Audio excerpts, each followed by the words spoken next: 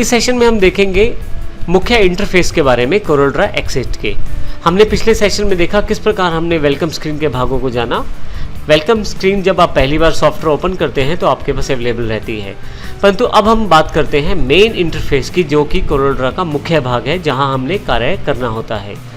यहाँ यदि हम सबसे पहले देखें तो कोरल के इंटरफेस को अच्छी तरह से समझने के लिए हमारे पास ये बीच में ये जो एरिया दिया गया है, यहाँ एक फाइल ओपन कर लेते हैं। ये फाइल एरिया वो एरिया है जहाँ मैं कुछ भी ड्रॉ कर सकता हूँ। इसके लिए हमारे पास यहाँ बटन दिया गया है। नई फाइल क्लिक करने के लिए मैं जैसे ही इसको क्लिक करूँगा मेरे पास क्रिएट ए न्यू डॉक्यूमेंट का ऑप्शन अवेलेबल हो जाएगा। इस पूरे बॉक्स को हम नेक्स्ट सेशन में अच्छी तरह से समझेंगे, लेकिन अभी यहाँ तक के लिए हमारी ये जानकारी है कि नई फाइल ओपन करने के लिए हमें केवल यहाँ ओके करना है। मेरे पास एक ड्राइंग एरिया अवेलेबल हो जाएगा जिस पे मैं कार्य कर सकता हूँ। अब हम बात करते हैं ऊपर से लेते हुए नीचे तक कोरल के इंटरफेस के बारे में। सबसे पहले बात करें यहाँ पे ऊपर की तरफ, तो हमारे पास यहाँ पे ऊपर वाली जो पट्टी है वो टाइटल बार है। टाइटल बार आपके डॉक्यूमेंट का नाम बताती है, आपकी कोरल फाइल का नाम बताती है। जैसे कि यहाँ पे अनटाइटल्ड 1 दिया गया है क्योंकि अभी तक हमारी फाइल का नाम नहीं दिया गया। अगले सेशंस में देखेंगे जब हम फाइल सेव करेंगे तो यहाँ पे नाम अवेलेबल हो जाएगा। इसी तरह से यहाँ राइट हैंड साइड की तरफ 3 मुख्य विंडोज़ जैसे डिफ़ॉल्ट बटन अवेलेबल हैं। पहला क्लोज करने के लिए अगर आप इसका प्रयोग करते हैं तो कोरल बंद हो जाएगा। दूसरा बटन जो है वो रिस्टोर और रीसाइज करने के लिए, फिर से मैक्सिमाइज करने के लिए। तीसरा, यदि आप इसको यहाँ से मिनिमाइज करके अपनी टास्क बार पे लाना चाहते हैं तो मिनिमाइज कर सकते हैं।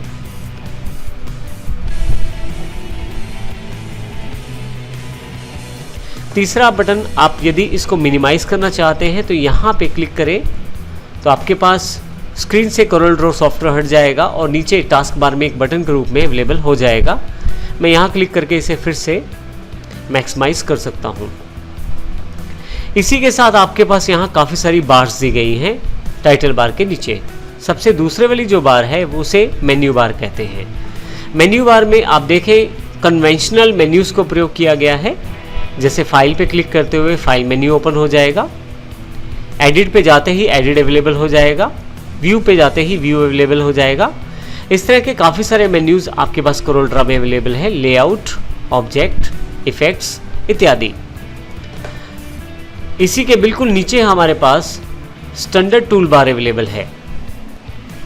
स्टैंडर्ड टूल बार में लगभग वही ऑप्शंस आपके पास अवेलेबल हैं जो आप ज़्यादा प्रयोग करते हैं, जो इन मेन्यूज़ में ऊपर की तरफ हैं, परंतु ज़्यादा प्रयोग किए जाने वाले सभी ऑप्शंस को स्टैंडर्ड टूल बार में शामिल किया गया है।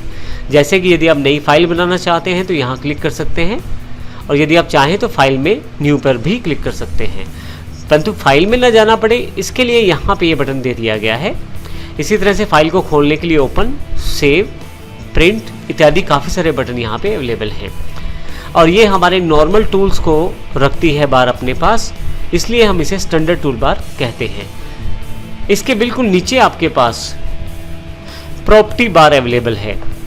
प्रॉपर्टी बार में आपके पास यहाँ पे यदि अभी देखें आप तो सबसे पहले, क्योंकि मेरे पास नीचे ड्राइंग एरिया में कोई भी टूल सिलेक्टेड नहीं है, कोई भी ऑब्जेक्ट सिलेक्टेड नहीं है, इसलिए डिफ़ॉल्ट रूप में आपके पास यहाँ पे हमारे पास ये बार दी गई है जो कि पेज की प्रॉपर्टीज़ को डिफ़ाइन करती है। जैसे कि सबसे पहले आप यहाँ से पेज साइज़ डिफ़ाइन कर सकते हैं अपने ड्राइंग के लिए। जैसे हमारे पास यहाँ लेटर है, मैं A4 करना चाहता हूँ तो A4 क्लिक करते ही नीचे ड्राइंग एरिया में जो पेज साइज़ है वो A4 हो जाएगा। आप मैन्युअली चाहे तो कस्टमाइज़ कर सकते हैं साइज़ को पेज डायमेंशन से। यहाँ पे आप पेज डायमेंशंस को बढ़ा सकते हैं या घटा सकते हैं। यहाँ ऊपर की तरफ वाला जो बटन है वो विड्थ को स्पेसिफाई करता है। आप देखेंगे पेज डायमेंशन में विड्थ का सिंबल यहाँ पे है। आप चाहें तो यहाँ पे डायरेक्ट टाइप भी कर सकते हैं, तो आप देखेंगे विड्थ जो है बढ़ गई है। इस तरह से हाइट जो है वो आप कस्टमाइज कर सकते हैं। आप देखेंगे हाइट भी कस्टमाइज हो गई है। तो इस प्रकार आप आसानी से हाइट और विड्थ को चेंज कर सकते हैं। मैं इसे फिर से A4 में वापस ले आता हूँ। इसी के साथ बिल्कुल नेक्स्ट आप पोर्ट्रेट और लैंडस्केप जैसे ऑप्शंस को यहाँ प्रयोग कर सकते हैं। लैंडस्केप करते ही आपकी ड्राइंग एरिया जो है उसको लैंडस्केप कर दिया गया है, और पोर्ट्रेट करते पोर्ट्रेट कर दिया गया है। इसके अतिरिक्त आप यूनिट्स डिफाइन कर सकते हैं। किस यूनिट में आप अपनी ड्राइंग को बनाना चाहते हैं वो यहाँ से डिसाइड कर सकते हैं। इसके अतिरिक्त भी काफ़ी सारे ऑप्शंस यहाँ पे प्रॉपर्टी बार पे दिए गए हैं, जिसको समय समय पर हम देखते रहेंगे और आगे आने वाले सेशंस में उन्हें करेंगे।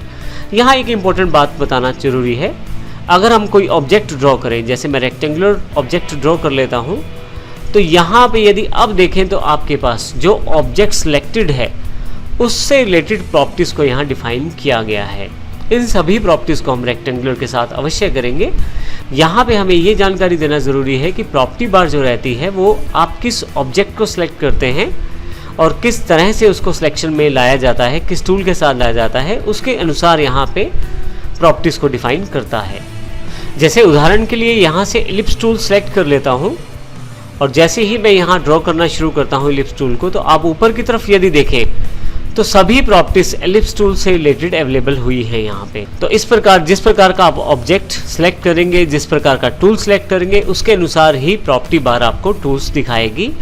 इस प्रकार उससे रिलेटेड टूल्स आपके पास यहाँ पे अवेलेबल अपने आप हो जाएंगे। इसी के साथ नीचे की तरफ देखें तो हमारे पास नया पेज क्रिएट करने के लिए यहाँ पे एक प्लस का बटन दिया गया है, जो कि न्यू का बटन जैसा कार्य करता है।